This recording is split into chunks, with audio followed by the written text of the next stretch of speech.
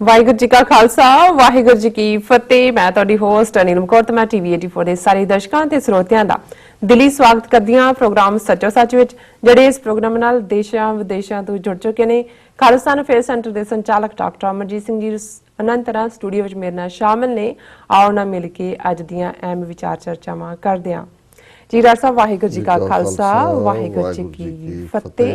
ਜੀ ਡਾਕਟਰ ਸਾਹਿਬ ਜੀ ਆਇਆਂ ਨੂੰ ਪ੍ਰੋਗਰਾਮ ਸੱਚੋ ਸੱਚ ਵਿੱਚ। ਬਹੁਤ ਸ਼ੁਕਰੀਆ ਜੀ ਡਾਕਟਰ ਸਾਹਿਬ, ਅੱਜ 10 ਦਸੰਬਰ 2018 27 ਮੱਘਰ ਨਾਨਕਸ਼ਾਹੀ ਸੰਮਤ 550 ਦਾ ਦਿਨ ਹੈ ਤੇ ਡਾਕਟਰ ਸਾਹਿਬ ਪ੍ਰੋਗਰਾਮ ਸ਼ੁਰੂ ਕਰਨ ਤੋਂ ਪਹਿਲਾਂ ਅਸੀਂ ਆਪਣੇ ਦਰਸ਼ਕਾਂ ਤੇ ਸਰੋਤਿਆਂ ਦਾ ਦੱਸੀਏ ਵਿਊਅਰਸ, ਜੇ ਤੁਸੀਂ ਹੱਕ ਸੱਚ ਇਨਸਾਫ ਤੇ ਪਹਿਰਾ ਦਿੰਦਾ ਇੱਕੋ ਇੱਕ ਚੈਨਲ ਟੀਵੀ 84 ਨੂੰ ਦੇਖਣਾ ਚਾਹੁੰਦੇ ਹੋ ਤਾਂ ਤੁਸੀਂ ਦੇਖ ਸਕਦੇ ਹੋ Spectrum cable, RCN cable, Bell fibre cable in Canada, roku, Jadoo box, Shava, Facebook TV 84 ਦੀ ਐਪ ਰਾਹੀਂ online streaming and IP box ਤੇ ਤੁਸੀਂ TV 84 ਨੂੰ ਦੇਖ ਸਕਦੇ ਹੋ। ਵਿਊਅਰਸ, ਜੇ ਤੁਸੀਂ TV 84 ਨਾਲ ਜਾਂ ਪ੍ਰੋਗਰਾਮ ਸੱਚੋ ਸੱਚ ਨਾਲ Facebook ਰਾਹੀਂ ਜੁੜੇ ਹੋ ਤਾਂ ਇਸ ਨੂੰ ਵੱਧ ਤੋਂ ਵੱਧ ਲਾਈਕ ਕਰੋ ਤੇ ਸ਼ੇਅਰ ਕਰੋ ਅਤੇ ਨਾਲ ਹੀ YouTube ਤੇ ਸਬਸਕ੍ਰਾਈਬ ਵੀ ਕਰੋ। Thank you so much. So keep watching TV 84। ਜੀ ਡਾਕਟਰ ਸਾਹਿਬ, ਪ੍ਰੋਗਰਾਮ ਦੇ ਸ਼ੁਰੂ ਵਿੱਚ ਅਸੀਂ ਆਪਣੇ ਦਰਸ਼ਕਾਂ ਦੀ ਕਚਹਿਰੀ ਵਿੱਚ ਅੱਜ ਜੋ ਸੋਮਵਾਰ ਦਾ ਦਿਨ ਹੈ, ਆਪਣੇ ਜੋ ਨਵੇਂ ਜੋ ਇਸ਼ੂ ਨੇ, ਖਬਰਾਂ ਨੇ, ਉਹ ਆਪਾਂ ਲੈ ਕੇ ਹਾਜ਼ਰ ਹੋਏ ਹਾਂ, ਤੁਹਾਨੂੰ ਆਪਣੇ ਦਰਸ਼ਕਾਂ ਦੇ ਨਾਲ ਰੂਬਰੂ ਕਰਵਾਉਣ ਜਾ ਰਹੇ ਹਾਂ। ਤੇ ਜੋ ਤੁਹਾਡਾ ਵੀਕਐਂਡ ਹੈ ਉਹ ਅਸੀਂ ਬਾਅਦ ਚ ਡਿਸਕਸ ਕਰਦੇ ਹਾਂ। ਪਹਿਲਾਂ ਅਸੀਂ ਆਪਣੇ ਦਰਸ਼ਕਾਂ ਨਾਲ ਸਾਂਝ ਪਾ ਲਈਏ ਕਿ ਜੋ ਅੱਜ ਦਾ ਦਿਨ ਹੈ ਜਿਹੜਾ ਬਹੁਤ ਹੀ ਅਹਿਮੀਅਤ ਦਾ ਦਿਨ ਹੈ। ਅੱਜ ਦੇ ਦਿਨ ਹੀ ਯਾਨੀ ਕਿ 10 ਦਸੰਬਰ 1948 ਨੂੰ ਦੂਸਰੇ ਮਹਾ ਜੋ ਸੰਸਾਰ ਯੁੱਧ ਸੀ ਜੋ ਦੂਸਰਾ, ਉਸ ਦੀ ਸਮਾਪਤੀ ਤੋਂ ਬਾਅਦ UN ਦੀ ਸੰਸਥਾ ਨੇ ਜੋ ਮਨੁੱਖੀ ਹੱਕਾਂ ਦੇ ਚਾਰਟਰ ਨੂੰ ਮਨਜ਼ੂਰੀ ਦਿੱਤੀ ਸੀ, ਉਹ ਅੱਜ ਦੇ ਦਿਨ ਹੀ ਦਿੱਤੇ ਸੀ। ਸੋ ਇਸ ਨੂੰ ਬੀਤਿਆਂ 70 ਵਰੇ ਹੋ ਚੁੱਕੇ ਨੇ ਔਰ ਇਸ ਨੂੰ ਅੱਜ ਪੂਰੇ ਸੰਸਾਰ ਵਿੱਚ ਮਨੁੱਖੀ ਹੱਕ ਦਿਵਸ ਵਜੋਂ ਮਨਾਇਆ ਜਾ ਰਿਹਾ ਹੈ। ਇਸ ਉੱਪਰ ਅਸੀਂ ਬਾਅਦ ਵਿੱਚ ਵਿਚਾਰ ਚਰਚਾ ਕਰਾਂਗੇ ਔਰ ਜੋ ਇਸ਼ੂ ਨੇ ਅੱਜ ਦੇ ਉਹਨਾਂ ਦੇ ਵੀ ਤੁਹਾਡੇ ਆਪਾਂ ਵਿਚਾਰ ਲਵਾਂਗੇ। ਪਰ ਉਸ ਤੋਂ ਪਹਿਲਾਂ ਅਸੀਂ ਚਾਹਾਂਗੇ ਕਿ ਤੁਸੀਂ ਜੋ ਤੁਹਾਡਾ ਵੀਕਐਂਡ ਹੈ ਉਸ ਬਾਰੇ ਤੁਸੀਂ ਚਾਨਣਾ ਪਾ ਦਿਓ। ਜੀ ਡਾਕਟਰ ਸਾਹਿਬ। ਦੇਖੋ, ਤੁਸੀਂ ਬੜੀ ਚੰਗੀ ਸ਼ੁਰੂਆਤ ਕੀਤੀ ਹੈ ਔਰ ਅੱਜ ਦਾ ਇਹ ਸਾਰਾ ਹੀ ਪ੍ਰੋਗਰਾਮ ਅਸੀਂ ਦੁਨੀਆ ਭਰ ਦੇ ਵਿੱਚ ਵਸਦੇ 7 ਬਿਲੀਅਨ ਤੋਂ ਜ਼ਿਆਦਾ ਲੋਕਾਂ ਦੇ ਮਨੁੱਖੀ ਹੱਕਾਂ ਨੂੰ ਸਮਰਪਿਤ ਕਰਦੇ ਹਾਂ ਜੀ, ਕਿਉਂਕਿ ਅੱਜ 70ਵੀਂ ਵਰ੍ਹੇਗੰਢ ਹੈ ਮਨੁੱਖੀ ਅਧਿਕਾਰ ਦਿਵਸ ਦੀ, ਇੰਟਰਨੈਸ਼ਨਲ ਹਿਊਮਨ ਰਾਈਟਸ ਡੇ ਦੀ। ਤੇ ਜਿਵੇਂ ਤੁਸੀਂ ਦੱਸਿਆ ਕਿ ਅੱਜ ਦੇ ਦਿਨ ਹੀ ਠੀਕ 70 ਸਾਲ ਪਹਿਲਾਂ 10 ਦਸੰਬਰ 1948 ਨੂੰ ਯੂਨਾਈਟਿਡ ਨੇਸ਼ਨਸ ਨੇ ਚਾਰਟਰ ਆਫ ਹਿਊਮਨ ਰਾਈਟਸ ਮਨਜ਼ੂਰ ਕੀਤਾ ਸੀ। ਸੈਨ ਫਰਾਂਸਿਸਕੋ ਦੇ ਵਿੱਚ 50 ਤੋਂ ਜ਼ਿਆਦਾ ਦੇਸ਼ਾਂ ਦੇ ਨੁਮਾਇੰਦਿਆਂ ਦੇ ਇਕੱਠ ਦੇ ਵਿੱਚ। ਉਸ ਬਾਰੇ ਅੱਜ ਅਸੀਂ ਆਪਣੇ ਦਰਸ਼ਕਾਂ ਨੂੰ, ਕਿਉਂਕਿ ਮਨੁੱਖੀ ਹੱਕ ਜਾਂ ਹਿਊਮਨ ਰਾਈਟ ਸ਼ਬਦ ਲਫ਼ਜ਼ ਬਹੁਤ ਵਾਰ ਸੁਣਿਆ ਜਾਂਦਾ ਹੈ, ਪਰ ਇਹ ਐਕਚੁਅਲੀ ਹੈ ਕਿ ਇਸ ਚਾਰਟਰ ਦੇ ਵਿੱਚ ਕੀ ਸੀ ਔਰ ਭਾਰਤ ਦੇ ਕੰਟੈਕਸਟ ਦੇ ਵਿੱਚ ਵੀ ਅਸੀਂ ਗੱਲ ਕਰਾਂਗੇ ਕਿ ਆਪਣੇ ਆਪ ਨੂੰ ਲਾਰਜੈਸਟ ਡੈਮੋਕ੍ਰੇਸੀ ਜਾਂ ਦੁਨੀਆ ਦੀ ਸਭ ਤੋਂ ਵੱਡੀ ਜਮਹੂਰੀਅਤ ਜਾਂ ਲੋਕਤੰਤਰ ਦਾ ਜਿਹੜਾ ਢੰਡੋਰਾ ਪਿੱਟਣ ਵਾਲਾ ਭਾਰਤ ਹੈ, ਉਸ ਦਾ ਇਹਨਾਂ 71 ਵਰ੍ਹਿਆਂ ਦੇ ਵਿੱਚ ਕੀ ਰਿਕਾਰਡ ਹੈ ਹਿਊਮਨ ਰਾਈਟਸ ਦਾ, ਜਿਹੜਾ ਇਹੀ ਨਹੀਂ ਬੀਤੇ 'ਚ ਅੱਜ ਵੀ ਕਿਵੇਂ ਜਿਹੜਾ ਹਿਊਮਨ ਰਾਈਟਸ ਵਾਇਲੇਟ ਹੋ ਰਹੇ ਨੇ, ਉਸ ਬਾਰੇ ਅਸੀਂ ਵੇਰਵੇ ਨਾਲ ਗੱਲ ਕਰਾਂਗੇ। ਪਰ ਪਹਿਲਾਂ ਤੁਸੀਂ ਵੀਕਐਂਡ ਦਾ ਪੁੱਛਿਆ, ਅਸੀਂ ਸ਼ੁੱਕਰਵਾਰ ਦੇ ਪ੍ਰੋਗਰਾਮ 'ਚ ਅਨਾਉਂਸ ਨਹੀਂ ਸੀ ਕੀਤਾ ਕਿਉਂਕਿ ਵਰਲਡ ਸਿੱਖ ਪਾਰਲੀਮੈਂਟ ਇਸ ਦਾ ਜਿਹੜਾ ਚੌਥਾ ਰੀਜਨਲ ਸੈਸ਼ਨ ਇੱਥੋਂ ਦੇ ਹਿਲਟਨ ਹੋਟਲ ਦੇ ਵਿੱਚ ਰੱਖਿਆ ਹੋਇਆ ਸੀ, ਪਰ ਕਿਉਂਕਿ ਇਹ ਕੋਈ ਪਬਲਿਕ ਫੋਰਮ ਨਹੀਂ ਸੀ, ਇਸ ਦੇ ਵਿੱਚ ਜਿਹੜੇ ਵਰਲਡ ਸਿੱਖ ਪਾਰਲੀਮੈਂਟ ਦੇ ਅਮਰੀਕਾ ਭਰ ਚੋਂ ਡੈਲੀਗੇਟ ਔਰ ਕੁਛ ਅਬਜ਼ਰਵਰ, ਕੁੱਲ ਮਿਲਾ ਕੇ 40 ਦੇ ਕਰੀਬ ਜਿਹੜੇ ਸੱਜਣ ਨੇ, ਉਹਨਾਂ ਦੀ ਪ੍ਰੈਜ਼ੈਂਸ ਸੀ, ਜਿਨ੍ਹਾਂ 'ਚ ਕੈਲੀਫੋਰਨੀਆ ਤੋਂ ਵੀ ਆਏ, ਟੈਕਸਸ ਤੋਂ ਵੀ ਆਏ, ਇੰਡੀਆਨਾ ਤੋਂ ਵੀ, ਵਾਸ਼ਿੰਗਟਨ, ਵਰਜੀਨੀਆ ਔਰ ਜ਼ਾਹਰ ਹੈ ਨਿਊਯਾਰਕ ਤੋਂ ਵੀ।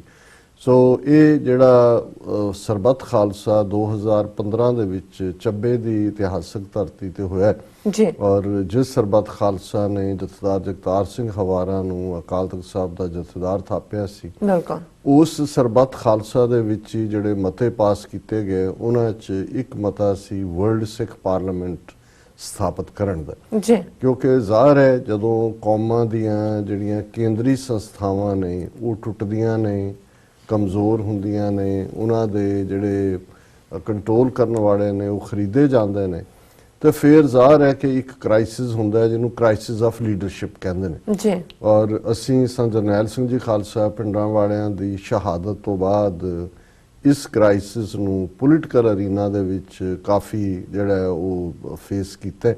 ਬੇਸ਼ੱਕ ਜੁਝਾਰੂ ਜਥੇਬੰਦੀਆਂ ਨੇ 1984 ਤੋਂ 1994-95 ਤੱਕ ਆਪਣੇ ਜਿਹੜਾ ਸਮਰੱਥਾ ਮੁਤਾਬਕ, ਕਿਉਂਕਿ ਸਭ ਤੋਂ ਕੀਮਤੀ ਤੁਹਾਡਾ ਸਿਰ ਹੁੰਦਾ ਹੈ ਜੀ, ਤੁਹਾਡਾ ਵਜੂਦ ਹੁੰਦਾ ਹੈ, ਜਦੋਂ ਤੁਸੀਂ ਉਹੀ ਕੌਮ ਦੇ ਲੇਖੇ ਲਾ ਦਿੰਦੇ ਹੋ ਤਾਂ ਉਹਨਾਂ ਦੇ ਅੱਗੇ ਸਾਡਾ ਸਿਰ ਝੁਕ ਸਕਦਾ ਹੈ, ਉਹਨਾਂ ਦੇ ਉੱਤੇ ਅਸੀਂ ਕੋਈ ਕਿੰਤੂ ਪਰੰਤੂ ਕਰਨ ਦਾ ਜਿਹੜਾ ਹੱਕ ਨਹੀਂ ਰੱਖਦੇ। ਬਿਲਕੁਲ। ਸੋ ਉਹਨਾਂ ਨੇ ਇਸ ਕੌਮੀ ਆਜ਼ਾਦੀ ਦੇ ਸੰਘਰਸ਼ ਨੂੰ, ਕੌਮੀ ਅਣਖ, ਕੌਮੀ ਵੰਗਾਰ ਦੀ ਗੱਲ ਨੂੰ ਆਪਣੇ ਸਿਰਾਂ ਦੇ ਨਜ਼ਰਾਨੇ ਦੇ ਕੇ ਜਿਹੜਾ ਹੈ ਉਹ ਜਾਰੀ ਰੱਖਿਆ, ਕੌਮੀ ਅਣਖ ਨੂੰ ਬੁਲੰਦ ਕੀਤਾ। ਜੀ, ਪਰ ਉਸ ਤੋਂ ਬਾਅਦ ਅਸੀਂ ਦੇਖਦੇ ਹਾਂ ਕਿ ਕਿਵੇਂ ਭਾਰਤ ਦੀ ਹਕੂਮਤ ਨੇ ਬਾਦਲਾਂ ਦੇ ਹਵਾਲੇ, ਜਿਹੜੇ ਕਿ ਪਹਿਲਾਂ ਹੀ ਇਹ ਸਾਰੀ ਲਾਈਨ ਸਰਕਾਰ ਦੇ ਨਾਲ ਰਲੀ ਹੋਈ ਸੀ ਜੂਨ 84 ਦੇ ਘੱਲੂਘਾਰੇ ਵੇਲੇ, ਉਹਨਾਂ ਨੂੰ ਵਾਪਸ ਜਿਹੜਾ ਹੈ ਉਹ ਸਿੱਖਾਂ ਦੇ ਉਸ ਲੀਡਰਸ਼ਿਪ ਗੈਪ ਦੇ ਵਿੱਚ, ਵੈਕਿਊਮ ਦੇ ਵਿੱਚ ਜੀ, ਜਿਹੜਾ ਇੱਕ ਖਲਾਸ ਸੀ ਉਸ ਦੇ ਵਿੱਚ ਉਹਨਾਂ ਨੂੰ ਲਿਆ ਕੇ ਸਥਾਪਿਤ ਕੀਤਾ।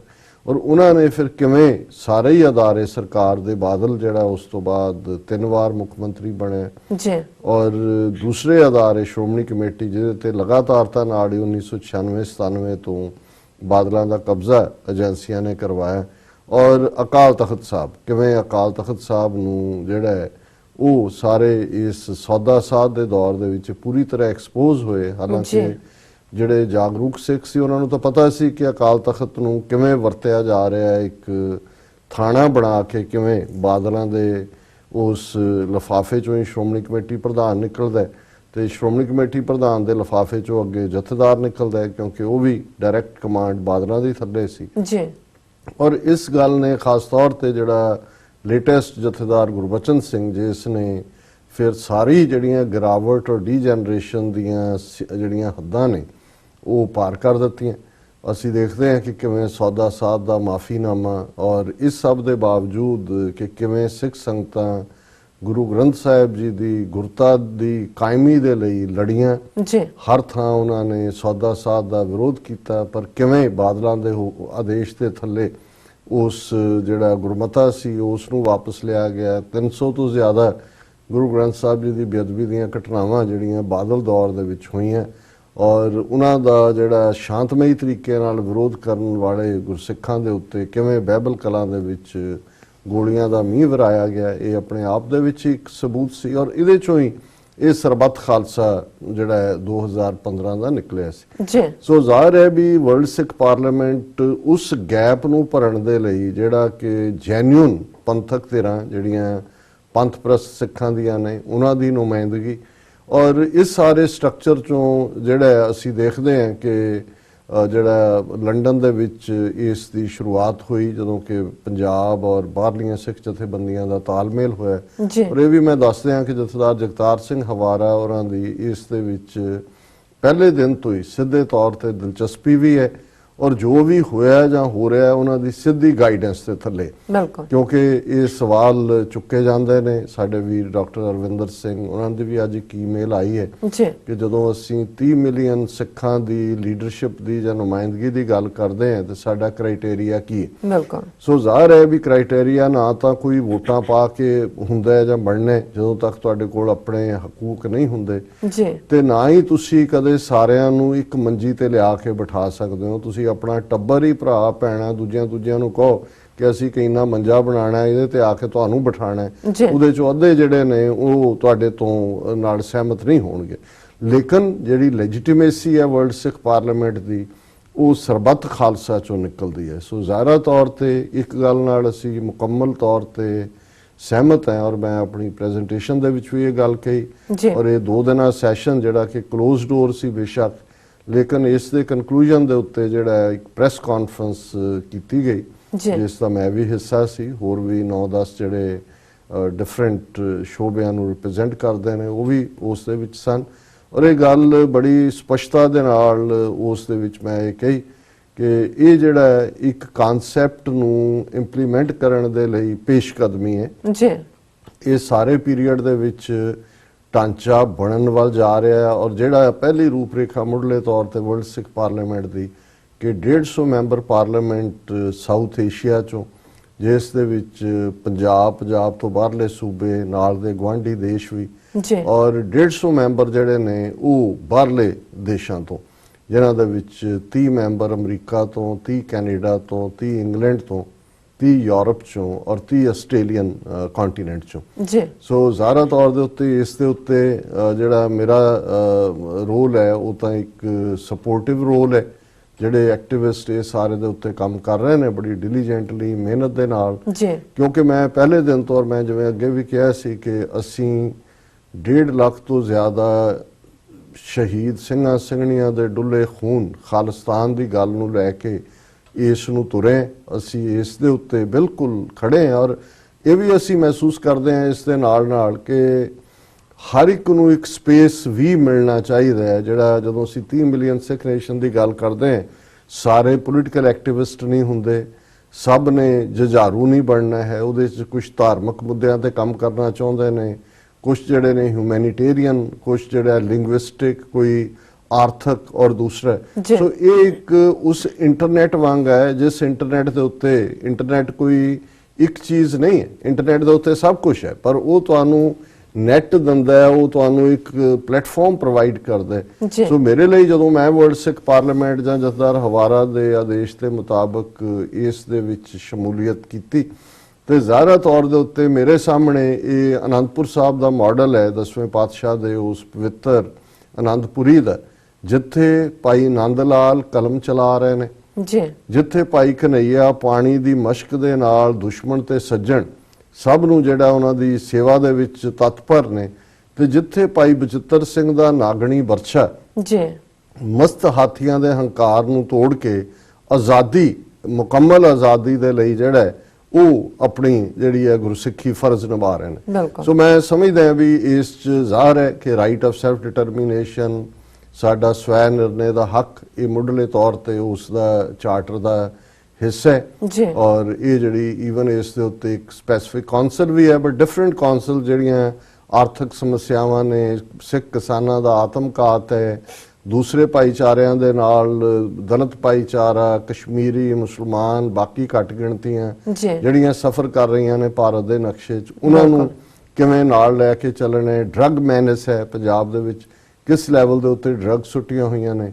ਇਸੇ ਤਰ੍ਹਾਂ ਇੰਟਰਨੈਸ਼ਨਲੀ ਜਿਵੇਂ ਫਰਾਂਸ ਦੇ ਵਿੱਚ ਪੱਗ ਦਾ ਇਸ਼ੂ ਹੈ, ਹੋਰ ਮੁਲਕਾਂ 'ਚ ਹੇਟ ਕ੍ਰਾਈਮਸ ਨੇ, ਸਿਵਲ ਰਾਈਟਸ ਦੀ ਗੱਲ ਹੈ।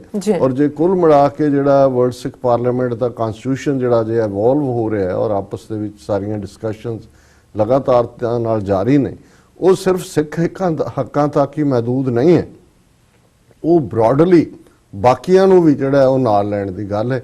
ਸੋ ਇਹ ਬੜੀ ਯੂਜ਼ਫੁਲ ਡਿਸਕਸ਼ਨ ਸੀ।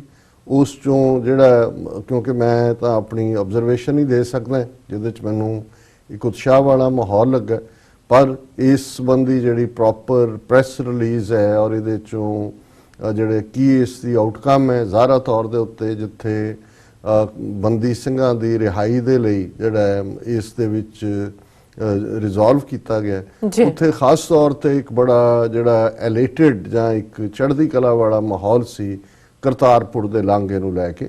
ਔਰ ਇਸ ਦੇ ਲਈ ਪਾਕਿਸਤਾਨ ਸਰਕਾਰ ਦੀ ਤਾਰੀਫ ਕੀਤੀ ਗਈ, ਉਸ ਦਾ ਸ਼ੁਕਰਾਨਾ ਕੀਤਾ ਗਿਆ।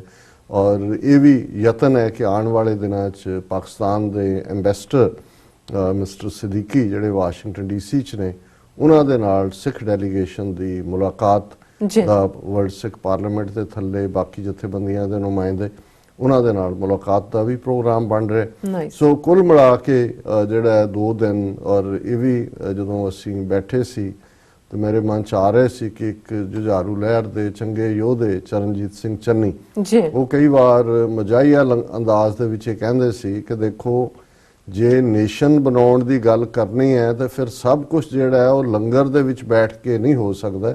ਲੰਗਰ ਦੇ ਵਿੱਚ ਅਸੀਂ ਗੁਰੂ ਦੀ ਸੰਗਤ ਦੇ ਰੂਪ 'ਚ ਬੈਠਦੇ ਹਾਂ, ਪਰ ਜਦੋਂ ਅਸੀਂ ਨੇਸ਼ਨ ਸਟੇਟ ਦੀ ਗੱਲ ਕਰਨੀ ਹੈ ਫਿਰ ਸਾਨੂੰ ਇਹ ਵੀ ਦੇਖਣਾ ਪਏਗਾ ਵੀ ਕਿਵੇਂ ਤੁਸੀਂ ਵਿਚਾਰ ਚਰਚਾ ਕਿਵੇਂ ਕਰਦੇ ਹੋ, ਕਿਵੇਂ ਤੁਸੀਂ ਰਿਜ਼ੋਲਵ ਕਰਦੇ ਹੋ, ਕਿਵੇਂ ਤੁਸੀਂ ਆਪਣੇ ਨਿਸ਼ਾਨੇ ਤੱਕ ਪਹੁੰਚਦੇ ਹੋ। ਸੋ ਜ਼ਾਹਰਾ ਤੌਰ ਤੇ ਇਹ ਜਿਹੜਾ ਇੱਕ ਵਿਚਾਰ ਦਾ ਕਲਚਰ ਹੈ, ਇਹ ਸਾਡੇ ਚੋਂ ਮਿਸ ਹੋਇਆ। ਕਦੋਂ ਮਿਸ ਹੋਇਆ? ਪਿਛਲੀਆਂ 3 ਸਦੀਆਂ ਤੋਂ ਜਿਹੜੇ ਸਿੱਖਾਂ ਦੀ ਇੰਸਟੀਟਿਊਸ਼ਨ ਸਰਬੱਤ ਖਾਲਸਾ ਹੈ ਹੀ ਵਿਚਾਰ ਚੋਂ ਸੀ, ਜਿੱਥੇ ਸਾਡੇ ਫੈਸਲੇ ਲਈ ਕੰਸੈਂਸਸ ਨਾਲ ਜਾਂਦੇ ਸੀ, ਸਰਬਸੰਮਤੀ ਨਾਲ ਜਾਂਦੇ ਸੀ। ਉਹਦੇ 'ਚ ਐਸਾ ਕੀ ਹੋਇਆ ਕਿ ਅਸੀਂ ਇੱਕ ਦੂਜੇ ਦੇ ਵਿਰੋਧੀ ਵਿਚਾਰ ਸੁਣਨ ਦੇ ਆਦੀ ਨਹੀਂ ਹੈ, ਜਾਂ ਅਸੀਂ ਜੇ ਕੋਈ ਵਿਰੋਧ ਚ ਗੱਲ ਕਹਿੰਦਾ ਤਾਂ ਉਹਨੂੰ ਅਸੀਂ ਨਿੱਜੀ ਦੁਸ਼ਮਣ ਸਮਝਦੇ ਹਾਂ। ਬਿਲਕੁਲ। ਸੋ ਮੈਂ ਸਮਝਦਾ ਵੀ ਇਹਦੇ ਚ ਵੀ ਜਿਹੜਾ ਸਾਡਾ 2 ਰੋਜ਼ਾ ਸੈਸ਼ਨ ਸੀ, ਕੁਝ ਮੁੱਦਿਆਂ ਦੇ ਉੱਤੇ ਅੱਡ-ਅੱਡ ਵਿਚਾਰਾਂ ਸੀ, ਪਰ ਜਿਸ ਮਾਹੌਲ ਦੇ ਵਿੱਚ ਸਾਰੀ ਇੱਕ ਕੰਸੈਂਸਸ ਜਿਹੜੀ ਹੈ ਇਵੋਲਵ ਹੋਈ ਜੀ। ਔਰ ਫਾਈਨਲੀ ਉਹ ਸਾਰੇ ਦਾ ਜਿਹੜਾ ਆਊਟਕਮ ਹੈ ਉਹ ਬੜੀ ਪੋਜ਼ਿਟਿਵ ਸੀ। So ਸੋ nice. ਅਸੀਂ ਜਿਹੜੇ ਸਾਡੇ ਡੈਲੀਗੇਟ ਵੀਰ ਦੂਰ ਦੁਰਾਡਿਓਂ ਆਏ, ਉਹਨਾਂ ਦਾ ਸ਼ੁਕਰੀਆ ਵੀ ਅਸੀਂ ਅਦਾ ਕਰਦੇ ਹਾਂ। ਔਰ ਮੈਂ ਸਮਝਦਾ ਵੀ ਇਹ ਕੰਮ ਸੌਖਾ ਨਹੀਂ ਹੁੰਦਾ। ਜੀ। ਇੰਨੇ ਬੰਦੇ ਆਉਂਦੇ ਨੇ, ਉਹਨਾਂ ਦਾ ਰਿਹਾਇਸ਼ ਚੁੱਕਣਾ ਛੱਡਣਾ ਔਰ ਬਾਕੀ ਸਾਰੇ ਪ੍ਰਬੰਧ ਈਵਨ ਫਾਈਨੈਂਸ਼ੀਅਲ, ਜੀ। ਇਹ ਜਿਹੜਾ ਸਾਰਾ ਪਾਰਟ ਹੈ ਇਹ ਸਾਡੇ ਵਰਲਡ ਸਿੱਖ ਪਾਰਲੀਮੈਂਟ ਦੇ ਜਿਹੜੇ ਪ੍ਰਬੰਧਕ ਨੇ ਉਹਨਾਂ ਨੇ ਬੜੇ ਸੁਚਾਰੂ ਢੰਗ ਦੇ ਨਾਲ ਕੀਤਾ। Very good. ਔਰ ਅਸੀਂ ਇਸ ਦੀ ਕਵਰੇਜ ਵੀ, ਕਿਉਂਕਿ ਬਾਕੀ ਚੈਨਲਸ ਵੀ 4-5 ਜਿਹੜੇ ਪੰਜਾਬੀ ਚੈਨਲ ਨੇ ਉੱਥੇ ਮੌਕੇ ਤੇ ਸੀ, ਜੀ। ਔਰ ਫੇਸਬੁੱਕ ਦੇ ਉੱਤੇ ਵੀ ਜਿਹੜਾ TV 84 ਦੀ ਇਹ ਪ੍ਰੋਗਰਾਮ ਚੱਲਿਆ, ਬਹੁਤ ਸਾਰੇ ਵੀਰਾਂ ਭੈਣਾਂ ਨੇ ਦੇਖਿਆ। ਜੀ। ਆਉਣ ਵਾਲੇ ਦਿਨਾਂ 'ਚ ਅਸੀਂ ਇਸ ਨੂੰ ਦੁਬਾਰਾ ਐਡਿਟ ਕਰਕੇ ਵੀ ਜਿਹੜੇ ਉਹ ਚਲਾਵਾਂਗੇ, ਸਿਰਫ ਪ੍ਰੈਸ ਕਾਨਫਰੰਸ ਵਾਲੇ ਪਾਰਟ ਨੂੰ। ਦੂਸਰਾ ਜਿਹੜਾ ਉਹ ਇਨ ਕੈਮਰਾ ਨਹੀਂ ਸੀ, ਜੀ। ਉਹ 1-to-1 ਸੀ। Very nice. ਮਨੁੱਖੀ ਹੱਕ ਦਿਵਸ। ਜੀ। ਸੋ ਜ਼ਾਹਰ ਹੈ ਵੀ ਅਸੀਂ ਮਨੁੱਖ ਹੈ, ਇਨਸਾਨ ਹੈ, ਜੀ। ਹਿਊਮਨ ਬੀਇੰਗ ਹੈ। ਬਿਲਕੁਲ। ਔਰ ਇਹਦਾ ਬਾਇਓਲੋਜੀਕਲ ਜਾਂ ਜ਼ੂਓਲੋਜੀਕਲ ਨੇਮ ਜਿਹੜਾ ਹੋਮੋ ਸੇਪੀਅੰਸ, ਲੰਬੀ ਕਹਾਣੀ ਹੈ ਜੀ। ਕਿੱਥੋਂ ਆਏ। ਉਹ ਜਿਹੜਾ ਅੰਡਜ ਜੇਰਜ ਸੇ ਤਜ ਕੀਨੀ ਉਤਬੁਜ ਖਾਨ ਬਹੁਰ ਰਚ ਦੀਨੀ, कहूँ फूल राजा है बैठा, कहूँ सिमट प्यो शंकरी कैठा, सगरी सृष्ट दिखाए अचंभ, आद जुगाद स्वरूप स्वयं भव।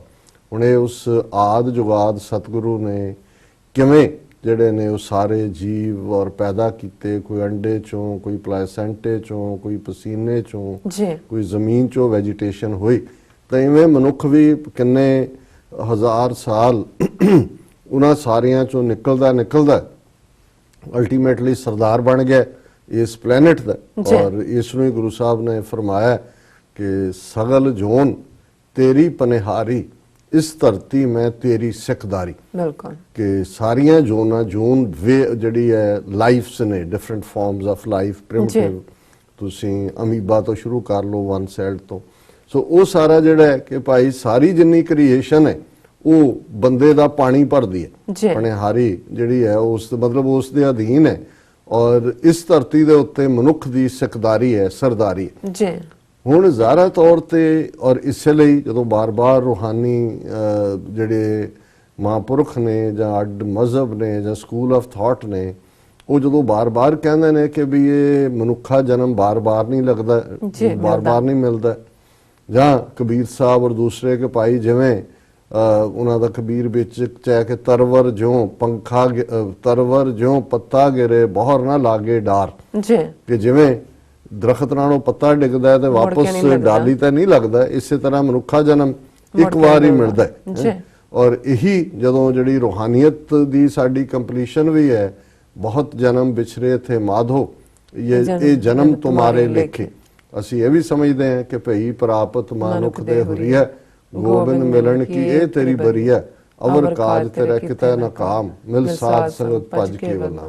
ਸੋ ਇੱਕ ਰੂਹਾਨੀ ਸਫ਼ਰ ਹੈ ਜਿਸ ਦੇ ਵਿੱਚ ਕੰਪਲੀਸ਼ਨ ਇਸ ਮਨੁੱਖਾ ਜਨਮ ਦੇ ਵਿੱਚ ਹੀ ਜਿਹੜਾ ਸਾਡਾ ਨਿਸ਼ਾਨਾ ਹਾਸਲ ਹੋਣਾ, ਜਿਸ ਨੂੰ ਕਬੀਰ ਸਾਹਿਬ ਨੇ ਫਰਮਾਇਆ, ਕਹਿਤ ਕਬੀਰ ਸੁਨੋ ਰੇ ਸੰਤੋ, ਖੇਤ ਹੀ ਕਰੋ ਨਿਬੇਰਾ, ਅਬ ਕੀ ਬਾਰ ਬਖਸ਼ ਬੰਦੇ ਕੋ, ਬਹੁਰ ਨਾ ਭੌਜਲ ਫੇਰ। ਹੁਣ ਇਹ ਇੱਕ ਰੂਹਾਨੀ ਸਫ਼ਰ ਹੈ। ਪਰ ਅੱਜ ਜਿਸ ਵਿਸ਼ੇ ਦੇ ਉੱਤੇ ਅਸੀਂ ਗੱਲ ਕਰ ਰਹੇ ਹਾਂ ਕਿ ਜਦੋਂ ਇਹ ਮਨੁੱਖ ਜਿਹੜਾ ਹੈ ਇਸ ਨੇ ਇੱਕ ਸਮਾਜ ਦੇ ਰੂਪ ਦੇ ਵਿੱਚ, ਇੱਕ ਸੁਸਾਇਟੀ ਦੇ ਰੂਪ ਦੇ ਵਿੱਚ, ਕਬੀਲਿਆਂ ਦੇ ਰੂਪ ਦੇ ਵਿੱਚ, ਔਰ ਸਫ਼ਰ ਨਿਕਲਦਾ ਨੇਸ਼ਨ ਸਟੇਟਸ ਦੇ ਰੂਪ ਦੇ ਵਿੱਚ, ਔਰ ਅੱਜ ਜਦੋਂ ਅਸੀਂ ਸੰਸਾਰ ਨੂੰ ਇੱਕ ਗਲੋਬਲ ਵਿਲੇਜ ਕਹਿੰਦੇ ਹਾਂ, ਅਸੀਂ ਸਿਵਿਕ ਸੁਸਾਇਟੀ ਕਹਿੰਦੇ ਹਾਂ, ਸਿਵਲਾਈਜ਼ ਸੁਸਾਇਟੀ ਕਹਿੰਦੇ ਹਾਂ, ਤਾਂ ਫਿਰ ਜੇ 7-8 ਹਜ਼ਾਰ ਸਾਲ ਦਾ ਇਸ ਹੋਮੋ ਸੈਪੀਅਨ ਦਾ, ਇਸ ਹਿਊਮਨ ਬੀਇੰਗ ਦਾ ਜਾਂ ਇਨਸਾਨ ਦਾ, ਜਾਂ ਜਿਹਨੂੰ ਆਦਮੀ ਵੀ ਕਹਿੰਦੇ ਨੇ ਕਿਉਂਕਿ ਆਦਮ ਔਰ ਈਵ ਦੇ ਨਾਲ ਕਹਾਣੀ ਜੁੜੀ ਕਿ ਉਸ ਤੋਂ ਸ਼ੁਰੂਆਤ ਹੁੰਦੀ ਹੈ, ਹਾਂ ਆਦਮੀ ਹਾਂ ਇੱਕਦਮ ਹੀ। ਔਰ ਇਹ ਵੀ ਜਿਹੜਾ ਸਾਰਾ ਪਾਰਟ ਹੈ ਦੇਖੀਏ ਤੇ ਫਿਰ ਬਹੁਤ ਸਾਰੇ ਤੱਤ ਜਾਂ ਬਹੁਤ ਸਾਰੇ ਸਾਡੇ ਲੱਛਣ ਜਾਂ ਬਹੁਤ ਸਾਰੀ ਸਾਡੀ ਕਾਰਗੁਜ਼ਾਰੀ ਉਹ ਵਹਿਸ਼ੀਆਨਾ ਜ਼ਿਆਦਾ ਰਹੀ ਹੈ, ਇਨਸਾਨੀ ਘਟ ਰਹੀ ਹੈ। ਜੀ ਹਾਲਾਂਕਿ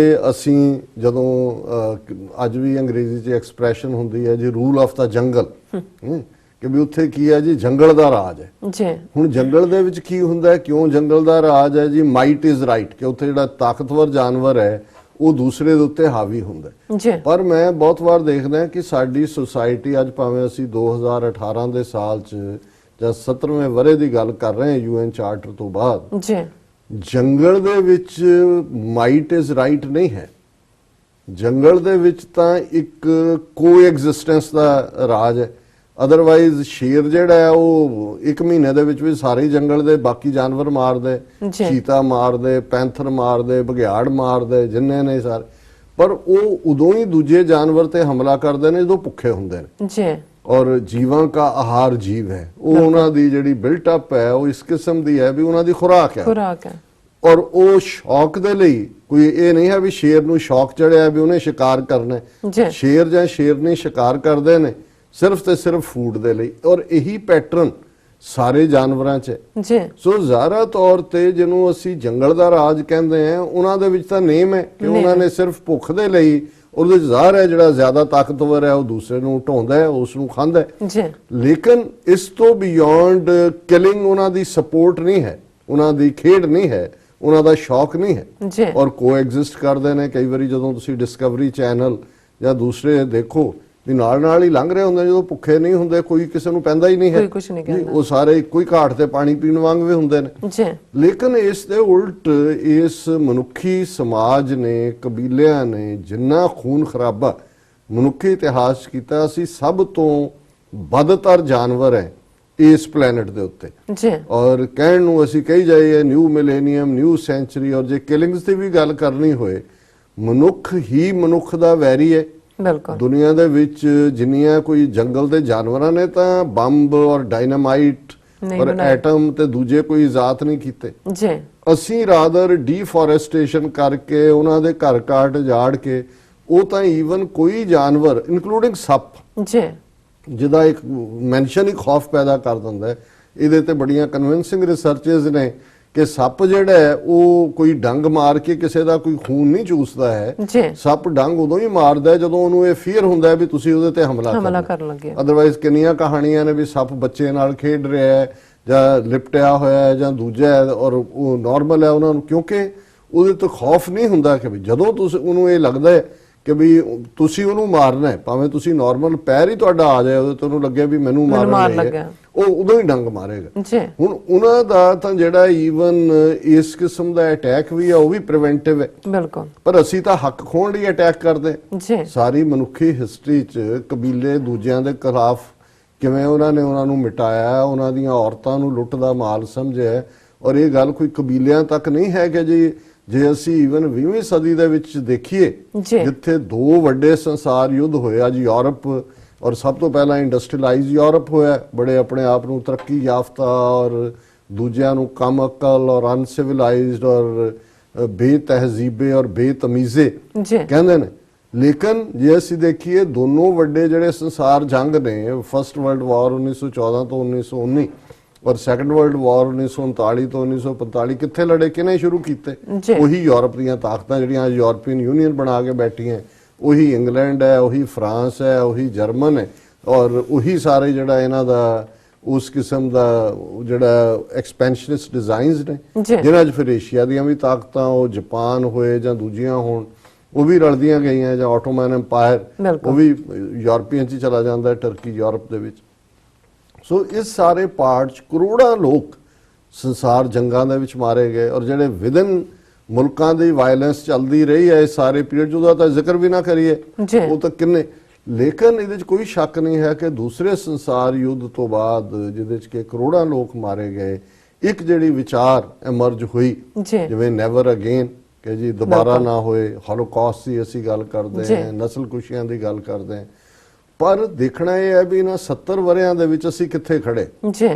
ਅੱਜ ਵੀ ਜੇ ਯੂਨਾਈਟਿਡ ਨੇਸ਼ਨਸ ਦੀ ਅੱਜ ਹੀ ਉਹਨਾਂ ਨੇ ਯੂਨਾਨੀਮਸ ਤਾਂ ਨਹੀਂ, ਅਮਰੀਕਾ ਔਰ ਦੂਜਿਆਂ ਨੇ ਵਿਰੋਧ ਕੀਤਾ, ਪਰ ਜਿਹੜੀ ਜਰਮਨ ਦੀ ਚਾਂਸਲਰ ਹੈ ਉਹਨੇ ਫਰਮਲੀ ਅੱਗੇ ਤੋਰਿਆ ਕਿ 2.5 ਕਰੋੜ ਤੋਂ ਜ਼ਿਆਦਾ ਲੋਕ, ਜਿਹੜੇ 250 ਮਿਲੀਅਨ, 2.5 ਕਰੋੜ ਵੀ ਨਹੀਂ ਬਣੇ ਜੀ, ਇਹ ਤਾਂ 25 ਕਰੋੜ ਜੀ ਤੋਂ ਜ਼ਿਆਦਾ ਲੋਕ ਜਿਹੜੇ ਨੇ ਇਸ ਪੀਰੀਅਡ ਦੇ ਵਿੱਚ ਰਿਫਿਊਜੀ ਬਣੇ ਨੇ, ਮਾਈਗ੍ਰੈਂਟ ਨੇ।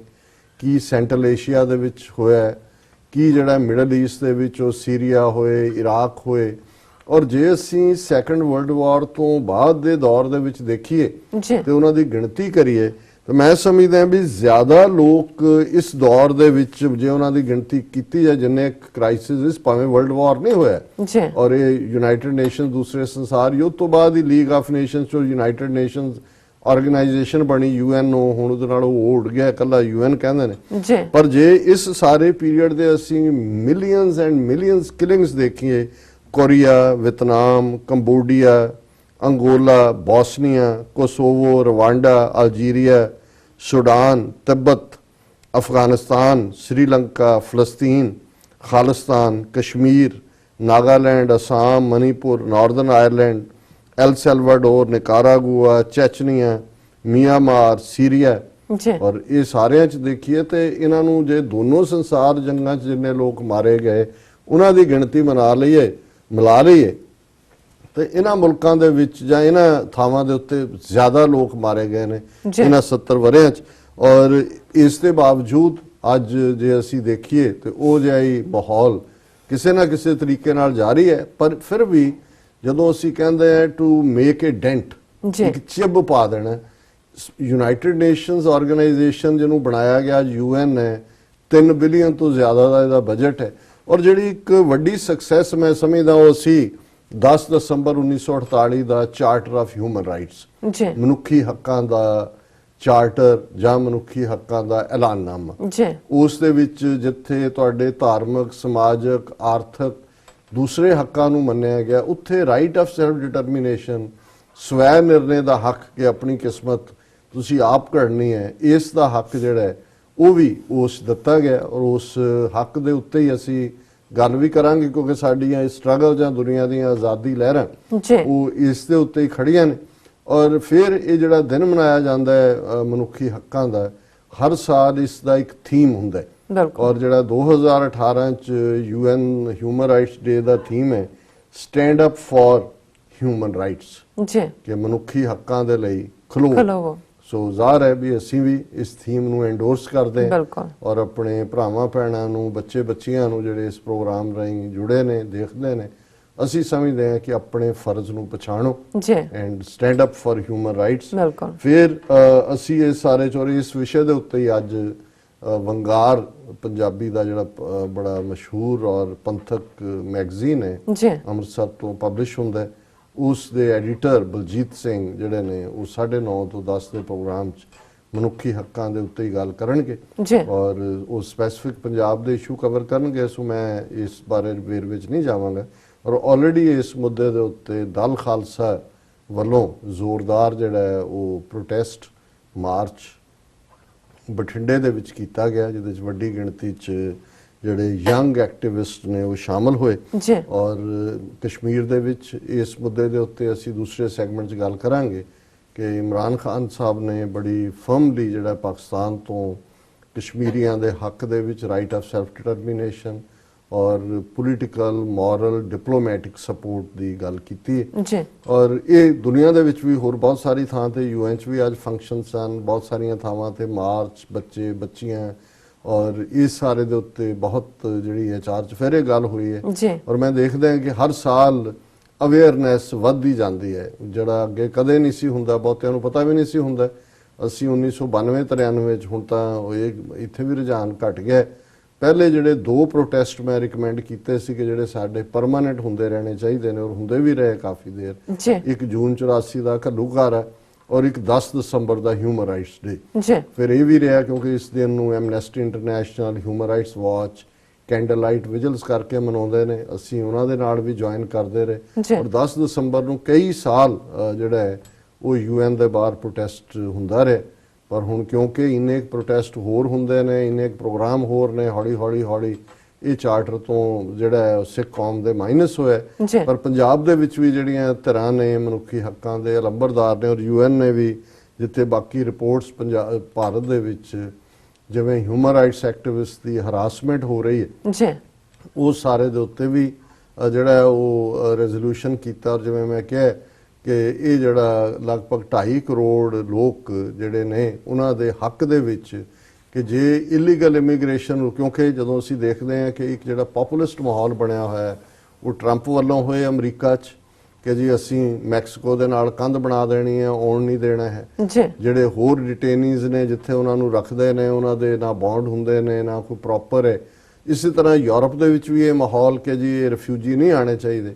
ਇਹਦੇ ਬਾਵਜੂਦ ਜਿਹੜਾ ਬਹੁਤ ਜ਼ੋਰਦਾਰ ਢੰਗ ਦੇ ਨਾਲ ਮੋਰਾਕੋ ਦੇ ਵਿੱਚ ਅੱਜ ਕਨਵੈਨਸ਼ਨ ਸੀ UN ਦੀ, ਜਿਸ ਦੇ ਵਿੱਚ ਇਹਨਾਂ ਦੇ ਮਾਈਗ੍ਰੈਂਟਸ ਦੇ ਹੱਕ ਦੇ ਵਿੱਚ ਰੈਜ਼ੋਲੂਸ਼ਨ ਕੀਤਾ।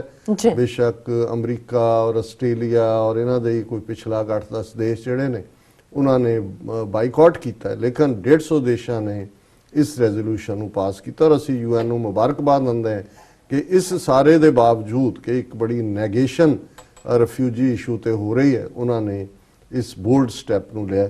ਪਰ ਇਹ ਅਸੀਂ ਜੇ UN ਚਾਰਟਰ ਦੀ ਗੱਲ ਕਰੀਏ ਤੇ ਫਿਰ ਬੇਸ਼ੱਕ ਇਸ ਦੇ ਲਗਭਗ ਮੈਂ ਵਕਤ ਵੀ ਸੀਮਤ ਹੈ, ਇਸ ਦੇ ਕੁੱਲ 30 ਜਿਹੜੇ ਆਰਟੀਕਲ ਨੇ ਜਿਹੜੇ ਕਿ ਉਹਨਾਂ ਦੇ ਇਸ ਸਾਰੇ ਚ ਪਾਸ ਹੋਏ ਸੀ, 30 ਨੇ ਟੋਟਲ। ਉਹਨਾਂ ਦਾ ਮੈਨੂੰ ਵੇਰਵੇ ਨਾਲ ਤਾਂ ਮੈਂ ਗੱਲ ਨਹੀਂ ਕਰ ਸਕਾਂਗਾ, ਪਰ ਇੱਕ ਗੱਲ ਦੇ ਉੱਤੇ ਮੈਂ ਹਮੇਸ਼ਾ ਹੀ ਇਹ ਜ਼ੋਰ ਦਿੰਦਾ ਕਿ ਜਦੋਂ 10ਵੇਂ ਪਾਤਸ਼ਾਹ ਨੇ ਔਰੰਗਜ਼ੇਬ ਨੂੰ ਜ਼ਫਰਨਾਮਾ ਲਿਖਿਆ, ਫਤਿਹ ਦੀ ਚਿੱਠੀ, ਔਰ ਜਿਹੜਾ ਔਰੰਗਜ਼ੇਬ ਦਾ ਕੰਸਰਨ ਸੀ ਕਿ ਤੁਸੀਂ ਗੁਰੂ ਹੋ ਕੇ ਰੂਹਾਨੀ ਦੁਨੀਆ 'ਚ ਗੁਰੂ ਨਾਨਕ ਦੀ ਗੱਦੀ ਤੇ ਬੈਠੇ, ਤਲਵਾਰ ਕਿਉਂ ਚੁੱਕੀ? ਸੋ ਉਸ ਦਾ ਜਵਾਬ ਜਿਹੜਾ ਸੀ 10ਵੇਂ ਪਾਤਸ਼ਾਹ ਨੇ ਫਾਰਸੀ ਦੇ ਇਸ ਸ਼ੇਅਰ ਦੇ ਵਿੱਚ ਦਿੱਤਾ ਸੀ ਕਿ ਚੁੰਕਾਰਜ਼ ਹਮਾ ਹੀਲ ਤੇ ਦਰਗੁਜ਼ਸਤ ਹਲਾਲ ਅਸਤ ਬੁਰਦਨ ਬਾ ਸ਼ਮਸ਼ੀਰ ਦਸਤ, ਕਿ ਹੋਵੇ ਕੰਮ ਨਾ ਪੂਰਾ ਜੇਕਰ ਹੀਲੇ ਕਰ ਥੱਕ ਜਾਈਏ, ਹੈ ਹਲਾਲ ਨਾਲ ਤਲਵਾਰਾਂ ਹੱਥੀਂ ਫੜ ਫੜਵਾਈਏ। ਸੋ ਇਹਨੂੰ ਅਸੀਂ ਬੜਾ ਸਿੰਪਲੀ ਕਿ ਵੀ ਇਹ ਹੈ ਕਿ ਵੀ ਜਦੋਂ ਇਨਸਾਫ ਲੈਣ ਲਈ ਹੋਰ ਸਾਰੇ ਦਰਵਾਜ਼ੇ ਬੰਦ ਹੋ ਜਾਣ ਤਾਂ ਫਿਰ ਸ਼ਮਸ਼ੀਰ ਨੂੰ ਹੱਥ 'ਚ ਲੈਣਾ, ਤੇਗ ਨੂੰ ਹੱਥ 'ਚ ਲੈਣਾ, ਇਹ ਰੱਬ ਦੇ ਬੰਦਿਆਂ ਦਾ ਕੰਮ ਹੁੰਦਾ। ਔਰ ਜਦੋਂ ਅਸੀਂ ਇਸ UN ਚਾਰਟਰ ਦੀ ਗੱਲ ਕਰਦੇ ਹਾਂ ਤੇ UN ਚਾਰਟਰ ਜਿਹੜੇ 30 ਆਰਟੀਕਲ ਲਿਖਣ ਤੋਂ ਪਹਿਲਾਂ ਜਿਹੜਾ ਪ੍ਰੀਐਂਬਲ, ਜਿਹਨੂੰ ਅਸੀਂ ਭੂਮਿਕਾ ਕਹਿੰਦੇ ਹਾਂ, ਉਸ ਪ੍ਰੀਐਂਬਲ ਦੇ ਵਿੱਚ ਇਹ ਲਿਖਿਆ ਗਿਆ। ਔਰ ਇਹ ਪ੍ਰੀਐਂਬਲ ਦੇ ਬੇਸ਼ੱਕ 7-8 ਪਾਰਟ ਨੇ, ਪਰ ਮੈਂ ਜਿਹੜਾ ਇਸ ਦੇ ਨਾਲ ਕੰਸਰਨਡ ਹੈ ਉਹੀ ਪੜਾਂਗਾ। ਇਹ ਪ੍ਰੀਐਂਬਲ ਹੈ, whereas it is essential if man is not to be compelled to have recourse as a last resort to rebellion against tyranny and oppression, that human rights should be protected by the rule of the law. ਹੁਣ ਜੇ ਤੁਸੀਂ 10ਵੇਂ ਪਾਤਸ਼ਾਹ ਦਾ ਇਹ ਫਾਰਸੀ ਦਾ share ਔਰ ਉਸ ਦੀ ਇਸ translation ਨੂੰ ਦੇਖੋ ਤੇ ਐਗਜ਼ੈਕਟਲੀ ਜਿਹੜਾ ਸਟੈਂਡ 10ਵੇਂ ਪਾਤਸ਼ਾਹ ਨੇ 3 ਸਦੀਆਂ ਪਹਿਲਾਂ ਡਿਕਲੇਅਰ ਕੀਤਾ ਸੀ। ਹਾਲਾਂਕਿ ਇਹ ਸਟੈਂਡ ਚੌਥੇ ਪਾਤਸ਼ਾਹ ਨੇ ਮੀਰੀ ਪੀਰੀ ਅਕਾਲ ਤਖਤ ਸਥਾਪਿਤ ਕਰਕੇ ਔਰ ਪਹਿਲਾ ਹੁਕਮਨਾਮਾ ਵਧੀਆ ਜਵਾਨੀ, ਵਧੀਆ ਘੋੜਾ, ਵਧੀਆ ਸ਼ਸਤਰ ਉਹ ਸਥਾਪਿਤ ਕੀਤਾ ਹੋਇਆ ਸੀ। ਪਰ ਪਰਮਾਨੈਂਟਲੀ ਖਾਲਸੇ ਦੇ ਗਾਤਰੇ ਕਿਰਪਾਨ ਪਾਣੀ 5 ਕਕਾਰਾਂ ਦੇ ਵਿੱਚ ਮੁੱਖ ਤੌਰ ਤੇ ਕਿਰਪਾਨ ਦਾ ਮਕਸਦ ਹੀ ਹੈ। ਜਦੋਂ ਕੋਈ ਅਮਰੀਕਨ ਦੇ ਨਾਲ ਇਸ ਬਾਰੇ ਕੋਈ ਵਿਚਾਰ ਚਰਚਾ ਹੁੰਦੀ ਹੈ ਤਾਂ ਮੈਂ ਕਿਹਾ ਜੀ ਇਹ ਸਾਡੇ ਲਈ ਰਿਮਾਈਂਡਰ ਹੈ ਕਿ always standing for righteousness, truth and justice. ਬਿਲਕੁਲ ਵੀ ਇਹ ਸਿੱਖ ਦੇ ਜ਼ਿੰਮੇ ਸਿਰਫ ਕੋਈ ਕਿਰਪਾਨ, ਕੋਈ ਇਹ ਜਨਊ ਨਹੀਂ ਹੈ ਕਿ ਗਲ ਦੇ ਵਿੱਚ ਤੁਸੀਂ ਪਾਇਆ ਹੋਇਆ ਕਿ ਇਹ ਤੁਹਾਨੂੰ ਹਮੇਸ਼ਾ ਇਹ ਰਿਮਾਈਂਡ ਕਰਵਾਉਂਦਾ ਹੈ ਕਿ ਵੀ ਤੁਹਾਡੀ ਜ਼ਿੰਦਗੀ ਦਾ ਮਕਸਦ ਸਿਰਫ ਤੁਹਾਡੀ ਰੂਹਾਨੀ ਦੁਨੀਆ ਤੱਕ ਜਿਹੜੀ ਹੈ ਉਹ ਮਹਦੂਦ ਨਹੀਂ ਹੈ। ਤੁਹਾਡਾ ਰੱਬ ਨਾਲ ਕੀ ਰਿਸ਼ਤਾ ਹੈ, ਰੱਬ ਤੇ ਤੁਹਾਡੇ ਵਿਚਕਾਰ ਹੈ, ਪਰ ਤੁਸੀਂ ਸਮਾਜ ਦੇ ਜ਼ਿੰਮੇਵਾਰ ਇਨਸਾਨ ਹੋ ਔਰ ਉਸ ਦੇ ਨਾਤੇ ਤੁਹਾਡੇ ਜ਼ਿੰਮੇ ਆਇਤ ਹੁੰਦਾ ਹੈ ਕਿਰਪਾਨ। ਜਿਵੇਂ 20ਵੀਂ ਸਦੀ ਦੇ ਮਹਾਨ ਸਿੱਖ ਸੰਤ ਜਰਨੈਲ ਸਿੰਘ ਖਾਲਸਾ ਪਿੰਡਰਾਂਵਾੜੇ ਐਕਸਪਲੇਨ ਕਰਦੇ ਸੀ ਕਿ 2 ਲਫ਼ਜ਼ਾਂ ਦਾ ਮੇਲ ਹੈ, ਕਿਰਪਾ ਤੇ ਆਨ। ਕਿਰਪਾ ਗ੍ਰੇਸ ਨੂੰ ਕਹਿੰਦੇ ਨੇ, ਬਖਸ਼ਿਸ਼ ਨੂੰ ਕਹਿੰਦੇ ਨੇ, ਰੱਬ ਦੇ ਕਰਮ ਨੂੰ ਕਹਿੰਦੇ ਨੇ। ਆਨ ਕਹਿੰਦੇ ਨੇ ਗੈਰਤ ਨੂੰ, ਅਣਖ ਨੂੰ, ਡਿਗਨਿਟੀ ਨੂੰ, ਹਿਊਮਨ ਰਾਈਟਸ ਨੂੰ। ਕਿ ਬੇਸਿਕਲੀ ਇਹ ਉਦੋਂ ਹੀ ਮਿਆਨ ਚੋਂ ਨਿਕਲਦੀ ਹੈ ਜਦੋਂ ਤੁਹਾਡੀ ਆਨ, ਅਣਖ, ਡਿਗਨਿਟੀ, ਤੁਹਾਡੇ ਹਿਊਮਨ ਰਾਈਟਸ ਵਾਇਓਲੇਟ ਹੁੰਦੇ ਨੇ। ਔਰ ਐਗਜ਼ੈਕਟਲੀ ਜਿਹੜਾ ਪ੍ਰੀਐਂਬਲ ਹੈ UN ਚਾਰਟਰ ਦਾ ਉਹ ਇਹ ਕਹਿੰਦਾ whereas it is essential if man is not to be compelled to have recourse as a last resort, ਅਖੀਰਲੇ ਹਥਿਆਰ ਦੇ ਤੌਰ ਤੇ, to rebellion, ਬਗਾਵਤ, ਜੀ। ਅਗੇਂਸਟ ਟਿਰਨੀ ਐਂਡ ਅਪਰੈਸ਼ਨ, ਜ਼ੁਲਮ ਔਰ ਦਬਾਅ, ਦਬਾਅ। ਜਿਹਦੇ ਵਿੱਚ ਜੇ ਅੱਜ ਸਾਡੇ ਜੁਝਾਰੂ ਸਿੰਘਾਂ ਨੇ ਪਿਛਲੇ 4 ਦਹਾਕਿਆਂ 'ਚ ਕਿਵੇਂ ਉਹ ਕੌਮੀ ਅਣਖ, ਜਦੋਂ ਅਕਾਲ ਤਖਤ ਤੇ ਹਮਲਾ ਹੁੰਦਾ ਹੈ, ਹਜ਼ਾਰਾਂ ਸਿੱਖ ਮਾਰੇ ਜਾਂਦੇ ਨੇ, ਝੂਠੇ ਪੁਲਿਸ ਮੁਕਾਬਲੇ ਹੋ ਰਹੇ ਨੇ, ਜੀ। ਭੈਣਾਂ ਦੀ ਮਾਵਾਂ ਦੀ ਬੇਹਰਮਤੀ ਹੋ ਰਹੀ ਹੈ, ਨਵੰਬਰ 84 ਦੀ ਨਸਲਕੁਸ਼ੀ ਹੁੰਦੀ ਹੈ, ਬਿਲਕੁਲ ਤੇ ਫਿਰ ਜਦੋਂ ਸਟੇਟ ਜਿਹੜੀ ਹੈ ਉਹ ਫੁੱਲ ਮਾਈਟ ਦੇ ਨਾਲ ਤੁਹਾਡੇ ਹਿਊਮਨ ਰਾਈਟਸ, ਤੁਹਾਡੀ ਆਨ ਅਣਖ, ਤੁਹਾਡੀ ਹੋਂਦ, ਤੁਹਾਡੀ ਐਗਜ਼ਿਸਟੈਂਸ, ਜੀ। ਉਸ ਨੂੰ ਕੁਚਲਦੀ ਹੈ, ਜੋ ਅੱਜ ਕਸ਼ਮੀਰ 'ਚ ਵੀ ਹੋ ਰਿਹਾ। ਬਿਲਕੁਲ ਸੋ ਜੇ ਕਸ਼ਮੀਰੀਆਂ ਨੇ 1988-99 ਦੇ ਵਿੱਚ ਅਲਟੀਮੇਟਲੀ ਤਲਵਾਰ ਦੇ ਨਾਲ ਜਿਹੜਾ ਹੈ ਉਹ ਉਸ ਦਾ ਜਵਾਬ ਦੇਣਾ ਸ਼ੁਰੂ ਕੀਤਾ, ਤਾਂ ਉਹ well within the ambit of UN charter ਹੈ। ਕੋਈ ਜੀ। ਇਸ ਨੂੰ ਕਹੋ ਜੀ ਦਹਿਸ਼ਤਗਰਦੀ ਹੈ ਤੇ ਫਲਾਣਾ ਹੈ ਤੇ ਢਿਮਕਾ ਹੈ, ਇਹ ਬਿਲਕੁਲ ਜਾਂ UN ਚਾਰਟਰ ਬੰਦ ਕਰ ਦਿਓ, ਉਹਨੂੰ ਤਾਲਾ ਲਾ ਦਿਓ UN ਨੂੰ, ਕਿਉਂ ਜੀ। $3 ਬਿਲੀਅਨ ਤੁਸੀਂ ਖਰਚ ਕਰ ਰਹੇ ਹੋ, ਬਿਲਕੁਲ। ਆ ਜਾਓ ਮਾਈਟ ਇਜ਼ ਰਾਈਟ ਦੇ ਉੱਤੇ। ਜੀ ਜੀ ਤੇ ਜੇ ਦੁਨੀਆ ਨੂੰ ਅੰਡਰ ਇੰਟਰਨੈਸ਼ਨਲ ਲਾਅ ਗਵਰਨ ਕਰਨਾ ਹੈ, ਅੰਡਰ UN ਚਾਰਟਰ ਗਵਰਨ ਕਰਨਾ ਹੈ, ਤੇ ਫਿਰ ਇਹ ਮੁੱਢਲੇ ਹੱਕ, ਇਹ ਔਰ ਇਹ ਪ੍ਰੀਐਂਬਲ ਹੈ, ਉਸ ਤੋਂ ਬਾਅਦ ਹੱਕ ਡਿਸਕ੍ਰਾਈਬ ਕੀਤੇ ਨੇ ਜਿਹੜੇ 30 ਆਰਟੀਕਲਸ ਦੇ ਵਿੱਚ ਨੇ। ਜੀ। ਔਰ ਇਸ ਦਾ ਪਹਿਲਾ ਆਰਟੀਕਲ ਹੀ ਜਿਹੜਾ ਉਹ ਇਹ ਬਿਆਨ ਕਰਦਾ ਹੈ, all human beings are born free and equal in dignity and rights। ਬਿਲਕੁਲ ਕਿ ਬਿਲਕੁਲ ਸਾਰੇ ਮਨੁੱਖ ਜਿਹੜੇ ਨੇ ਜਨਮ ਤੋਂ ਹੀ ਉਹ ਆਜ਼ਾਦ ਨੇ, ਉਹਨਾਂ ਦੀ ਇੱਕੋ ਜਿਹਾ ਮਾਣ ਹੈ, ਉਹਨਾਂ ਦੇ ਇੱਕੋ ਜਿਹੇ ਹੱਕ ਨੇ। they are endowed with reason and conscience and should act towards one another in a spirit of brotherhood। ਭਾਈਚਾਰੇ ਦੇ ਨਾਲ ਉਹਨਾਂ ਦੇ ਵਿੱਚ ਇੱਕੋ ਜਿਹੇ ਹੀ ਗੁਣ ਨੇ। ਹੁਣ ਜਿਹੜੀ ਸੁਸਾਇਟੀ ਦੇ ਖਿਲਾਫ ਉੱਥੇ ਘੱਟ ਗਿਣਤੀਆਂ ਖੜੀਆਂ ਨੇ, ਜਾਂ ਸਾਡੇ 100 ਮਿਲੀਅਨ ਤੋਂ ਜ਼ਿਆਦਾ ਦਲਿਤ ਭਾਈਚਾਰਾ ਖੜਾ ਹੈ, ਜੀ। ਕਿ ਬ੍ਰਾਹਮਣਵਾਦ ਦੀ ਵਿਚਾਰਧਾਰਾ, ਉਹਨਾਂ ਦਾ ਵਰਣ ਆਸ਼ਰਮ, ਉਹਨਾਂ ਦਾ ਜ਼ਾਤ ਪਾਤੀ ਸਿਸਟਮ, ਉਹਨਾਂ ਦੀ ਸੋਚਣੀ, ਉਹ ਇਨਸਾਨ ਨੂੰ ਇਨਸਾਨ ਸਮਝਦੀ ਹੈ?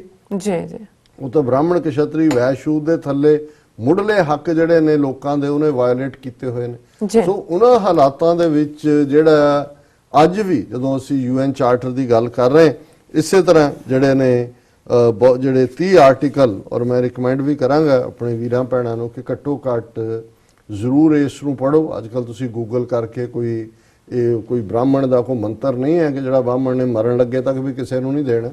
ਇਹ ਇਨਫੋਰਮੇਸ਼ਨ ਜਿਹੜੀ ਅਸੀਂ ਵੀ ਸਾਂਝੀ ਕਰਦੇ ਹਾਂ, ਇਹ ਕਿਸੇ ਕੋਈ ਗੁਪਤ ਪ੍ਰੈਸ ਦੇ ਵਿੱਚ ਛਪ ਕੇ ਨਹੀਂ ਆਉਂਦੀ, ਇਹ ਸਾਰਾ ਅਵੇਲੇਬਲ ਹੈ। ਤੁਸੀਂ ਗੂਗਲ ਕਰੋ UN charter of human rights, ਤੁਸੀਂ ਸਾਰੇ ਆਰਟੀਕਲ ਤੁਹਾਡੇ ਸਾਹਮਣੇ ਆ ਜਾਂਦੇ ਨੇ। ਫਿਰ ਜਿਹੜਾ ਇਹਦੇ ਚ important, everyone has the right to life, liberty and security of a person. ਜ਼ਿੰਦਗੀ, ਆਜ਼ਾਦੀ ਔਰ ਸਿਕਿਉਰਿਟੀ। ਜਦੋਂ ਤੁਹਾਡੀ ਲਾਈਫ, ਲਿਬਰਟੀ, ਸਿਕਿਉਰਿਟੀ ਨਹੀਂ ਹੈ, ਹੁਣ ਇੰਡੀਆ ਜਿਹੜਾ Delhi rape capital of the world ਹੈ, ਔਰ ਇਹ ਰਿਪੋਰਟਸ ਮੇਰੇ ਕੋਲ ਹੁਣ ਵਕਤ ਨਹੀਂ ਹੈ, ਮੈਂ ਬਹੁਤ ਸਾਰਾ ਮਟੀਰੀਅਲ ਅੱਜ ਕੱਢਿਆ ਸੀ ਜਿਹੜਾ ਇੰਡੀਆ ਸਪੈਸਿਫਿਕ ਸੀ UN ਚ, ਵੀ ਉੱਥੇ ਕੀ ਹੋ ਰਿਹਾ, ਕਿਵੇਂ ਤੁਹਾਡੀ ਲਾਈਫ, ਲਿਬਰਟੀ ਇਨ ਡੇਂਜਰ ਹੈ, ਪੱਤਰਕਾਰ ਆਪਣਾ ਕੰਮ ਨਹੀਂ ਕਰ ਪਾਉਂਦੇ, ਹਿਊਮਨ ਰਾਈਟਸ ਐਕਟਿਵਿਸਟ ਦਾ ਕੀ ਹਾਲ ਹੋ ਰਿਹਾ, ਕੁਲਬੁਰਜੀ ਨੂੰ ਕੀ ਕੀਤਾ, ਗੌਰੀ ਲੰਕੇਸ਼ ਨੂੰ ਕੀ ਕੀਤਾ, ਸਟੂਡੈਂਟਸ ਦੇ ਨਾਲ ਕੀ ਹੋ ਰਿਹਾ। ਤੇ ਜੇ ਅਸੀਂ ਸਿੱਖਾਂ ਦੇ ਹਵਾਲੇ ਨਾਲ, ਕਿਉਂਕਿ ਮੈਂ ਇਸ ਨੂੰ ਬਲਜੀਤ ਸਿੰਘ ਗੱਲ ਕਰਨਗੇ, ਸਾਡੇ ਇਸ਼ਟ ਗੁਰੂ ਗ੍ਰੰਥ ਸਾਹਿਬ ਦੀ ਬੇਅਦਬੀ, ਕਿਵੇਂ ਪੰਜਾਬ ਦੇ ਵਿੱਚ ਬਾਰ-ਬਾਰ ਇੱਕ ਤੋਂ ਬਾਅਦ ਇੱਕ ਮੋਰਚੇ ਦੀ ਮੰਗ ਇਹ ਹੁੰਦੀ ਹੈ ਜੀ ਸਾਡੇ ਰਾਜਸੀ ਕੈਦੀ ਰਿਹਾ ਕਰੋ, 20-20 ਸਾਲ, 25-25 ਸਾਲ, 30-30 ਸਾਲ ਜੇਲ੍ਹਾਂ ਚੋਂ ਕੱਟ ਚੁੱਕੇ ਨੇ, ਔਰ ਉਹਨਾਂ ਦੇ ਕਾਨੂੰਨ ਮੁਤਾਬਕ ਸਜ਼ਾ ਪੂਰੀ ਕਰ ਚੁੱਕੇ ਨੇ, ਉਹਨਾਂ ਦੇ ਲਈ ਕੋਈ ਵੇ ਆਊਟ ਨਹੀਂ ਹੈ।